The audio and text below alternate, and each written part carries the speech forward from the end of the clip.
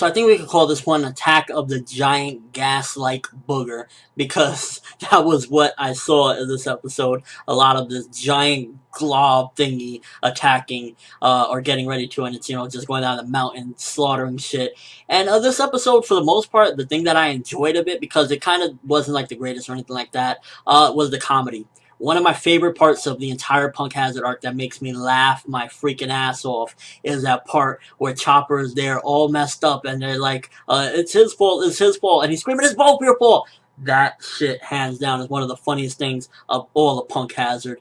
But this episode was like really build up and just kind of back and forth banter between the two, and them explaining who is going to be the Yonko that they go after. So it wasn't really too much, in my opinion, of a moving episode. But one of the things that I noticed is that the anime did go a bit faster than the manga, with the fact that it felt like, wow, they're already back in their normal bodies for the most part. Aside from Sanji and Nami, everyone already got their hearts back. And I remember in the manga, this feeling like it took a lot longer. So that was something that I definitely caught in there. I was like, okay, this actually didn't really annoy me or anything like that. Because I remember the manga, I felt like, wow, we've been doing this for a long time. When is this going to stop? But it wasn't that bad, honestly. So that was something I guess that the anime did better as well. Another thing I want to talk about is when Law was talking to Nami, or Nami and Sanji's body, about putting them back together. He said, and the way he kind of said it kind of was a little bit weird. He said, I need your body to be right here in order for me to do it. But I don't know, it's something like, it's possible that maybe Law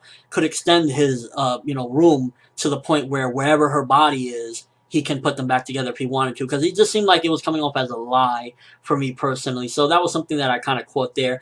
But overall, this episode, I enjoyed the comedy. I thought that the comedy was freaking golden. A lot of it had to do with Chopper, like when Law brought Chopper's body, when Law had Chopper on the sword. A lot of the comedy was what really got me with this episode. I was just like, One Piece definitely, out of all my shonens that I watch, that's one of my favorite that I go back to for comedy, and this is why stuff like this. Chopper, the funniest character for me in there, and Usopp's reaction to like, no, we're going to, I don't want to fight an emperor, I'm not going to be able to sleep. So, the comedy in this episode was really where it was at.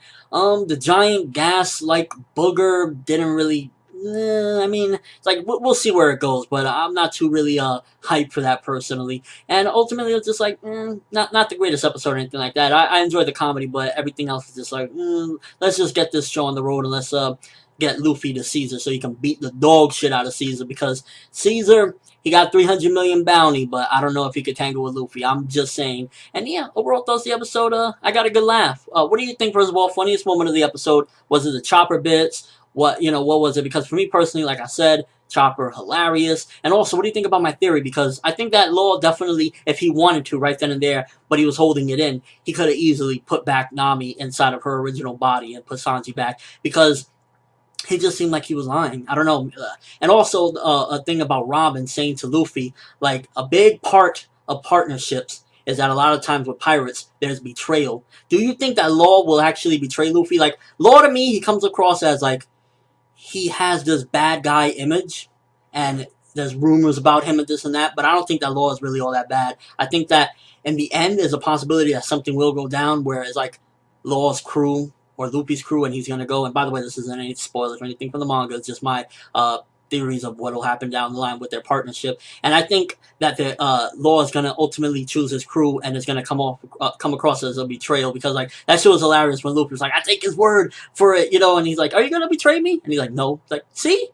I was like, funny shit ever. But again, let me know what your thoughts. Favorite moment. Do you think that Law will betray Luffy in the end of their partnership? And ultimately, do you think that their partnership will, manifest into something great? They're going to get to Yonko. And do you think that he can extend his room far beyond what we know thus far? Comment section below overall thoughts. But that's all I have for this quick review of this episode.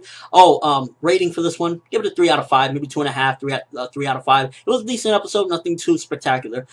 Again, that's all I have. I'm for World. Thanks for watching. Hope you enjoyed. Thumbs up if you got a good freaking laugh out of this one, because that's where it was at. That was really what I got out of this one. I'm for World, and as always, people, have an awesome day.